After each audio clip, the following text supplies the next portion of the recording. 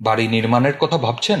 নির্মাণ কাজের বিশাল ঝামেলাকে সহজ করে MS construction and home design.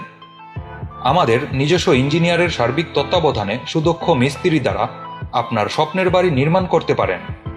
আমরা আপনার সাধ্য অনুযায়ী বাজেটের মধ্যেই বাড়ি তৈরিতে সহযোগিতা করে থাকি।